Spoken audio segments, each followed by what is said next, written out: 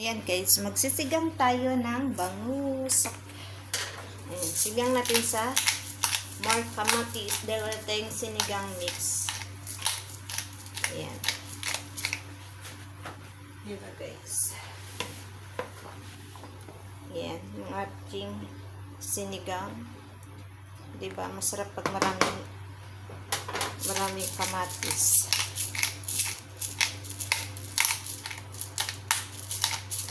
Nilalagyan ko siya ng black pepper.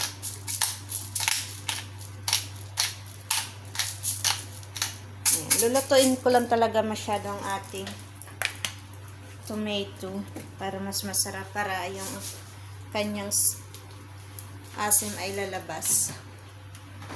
Lalaga natin siya ng kilala. Tapos guys, ito na yung ating labas ko muna ang ating bangus na nilinisan ko kagabi. Ayan. Pag-try ako guys, nilinisan ko yung mga isda na lulutuin ko na. Kasi para ready na, di ba? Ayan yung ating napakataba na bangus. Ayan. Tingnan nyo guys, yung taba niya. Ayan. Kaya habang nag-ano tayo, kuha tayo ng gulay sa ating garden. Ayan. Para makakuha tayo guys ng gulay, magdala tayo ng gunting. Ayan, may kangkong ako at saka talbos ng kamuti okra sa labas. Sa labas ng rooftop. Diba guys, social yung tanim. Nasa rooftop pa. Diba? Para iwas tayo sa mga pusa-pusa ba. Ayan. Wala na kasi ako guys, mamayang hapon magpupungla ako ulit ng pichay. Ayan yung aking rooftop. Ayan yung aking bougainvillea. Ito naman ang ating yasmin. Ayan, dapat kaninang umaga pa tayo kaso nalit ako nagising, kaya ngayon pa lang tayo mag-harvest ng gulay. Ayan, hindi na siya naanuhan ng tubig. Yan, nakalimutan ko ng water. Ito pala guys ang aking ginawang plant. Ayan yung aking garden. Ayan guys. Ito siya ay mineral water na 5 liters. Ayan, nilagyan ko siya ng lupa ang ating bottles. Ayan siya guys. O, diba ang ganda? Bottles po yan na 5 liters. Tapos yung talbos ng kamote. Ayan. Tinusok ko dyan yung stick ng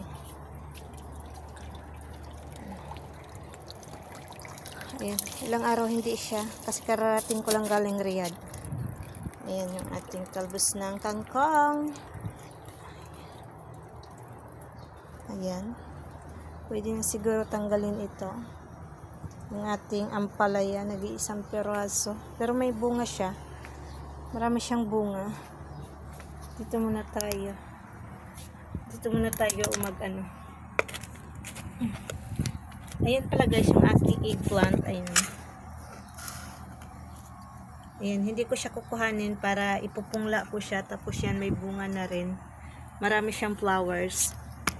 Kaya malamang marami tayong magugulay.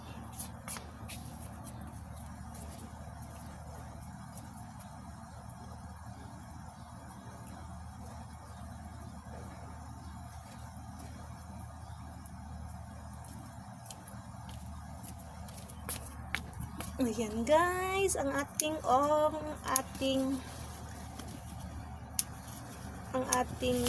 gulay, kangkong. Ayan, gugupitin lang natin para naman umusbong ulit ang kanyang talbos.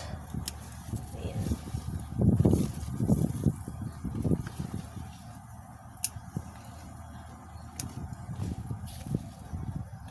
Marami tayo. Ayan na. Umaamoy na yung aroma ng tomato dito sa labas ng rooftop.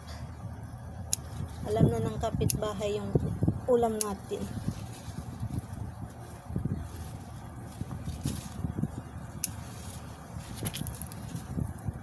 Ayan guys. Yung tinataniman ko pala guys, isang styrofoam. Kasi pag bumibili ako ng fish sa fish market, ang ginagawa ko guys, pinapalagay ko siya sa styrofoam. Pag marami kasing binibili ko, libre naman ang styrofoam. Ayan, nakalbo na natin.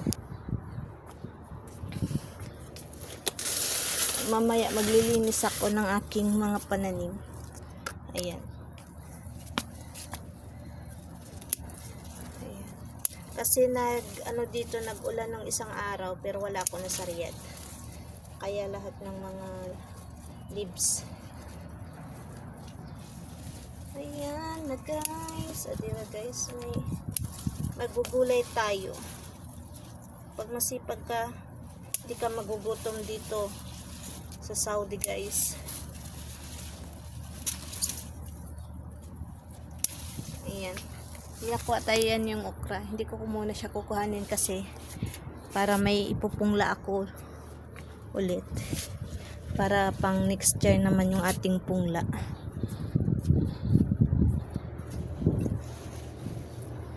Ayan guys, may nag-iisang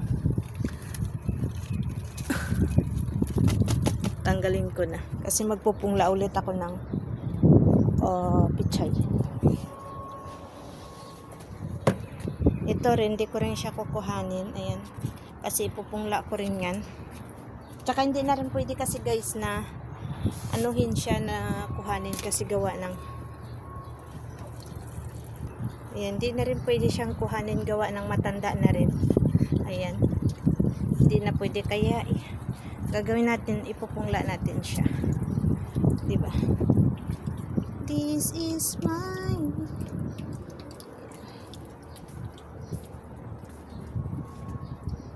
Diyan tayo kumuha ng gulay natin. Ayan yung aking eggplant. Ayan, may bunga na siya pero hindi ko rin ito kukuhanin, i-ano ko siya. Pupunglain ko rin. Yan yung ating okra. Pwede na siguro ito kuhanin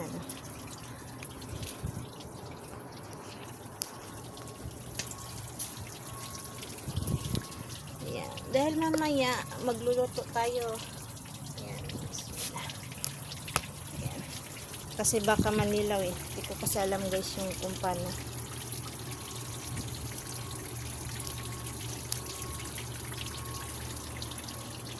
Oh, diba?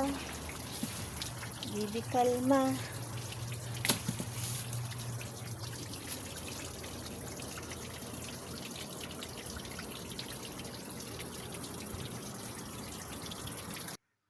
Okay guys. Ayan na yung ating gulay. Ayan. May dalawang okra tayo nakuha. Maliit lang. Okay na yan.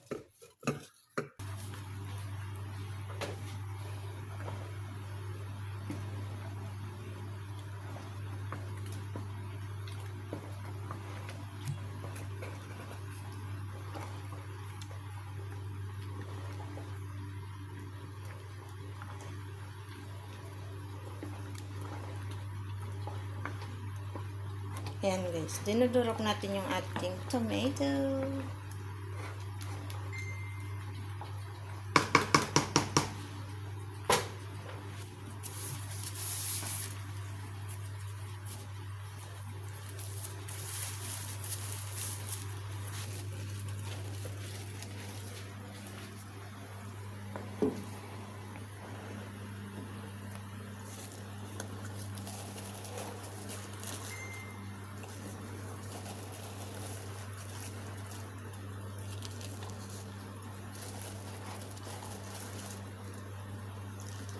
Ayan guys.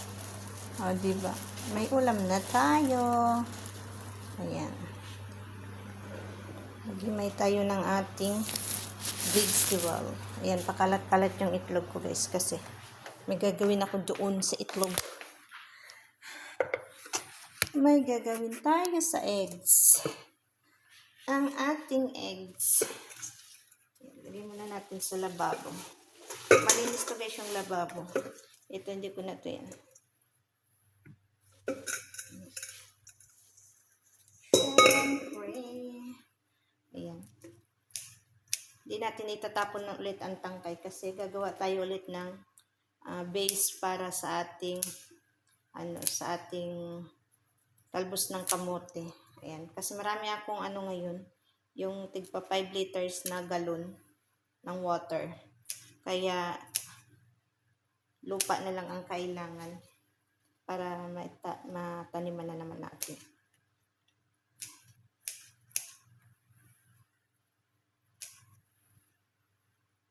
Ito ba guys? Hindi na tayo kailangan magbili sa market pag marunong tayo sa buhay natin.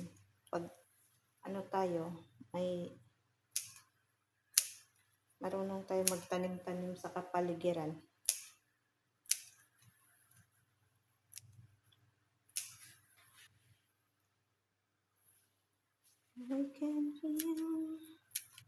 Siyempre, diskarte tayo guys. Kailangan natin ng diskarte pag nasa ibang bansa tayo kung paano tayo makatanim ng sarili nating gulay. Nung nakaraan, hinarbis ko kasi yung yung pichay. Yan, 45 days lang kasi yung pichay. Kailangan siyang harvestin. Pumunta ako, nag-travel kung saan. Kaya, hindi ko na, sabi ko nung bago ako umalis, magpupungla ako ng pichay para pagdating ko may transfer ko siya sa styrofoam. Nakalimutan na guys, sa sobrang busy. Kaya mamayang hapon, maglilinis tayo ng ating garden. Tapos, taniman, magpupungla ako ulit. Kasi marami akong buto ng pichay galing Pilipinas, syempre. Ngayong pag-uwi ko, hindi ako nakadala ng mga seeds na itatanim kasi nakalimutan. Dapat mamili ako ng mga seeds sa Pilipinas kasi maganda yung buto ng galing sa Pilipinas kaysa magbili ka sa online.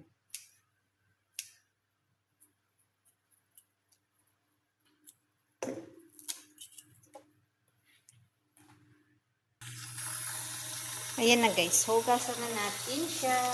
Ayan, ito yun na yung okra.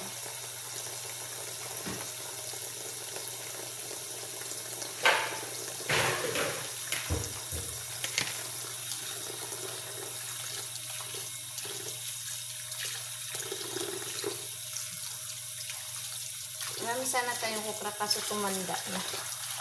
Tumanda na guys kasi hindi nakuha agad. Ayan na guys, luto na yung ating sinigang. Sinigang sa bangus, ilalagay na natin ang ating gulay, syempre.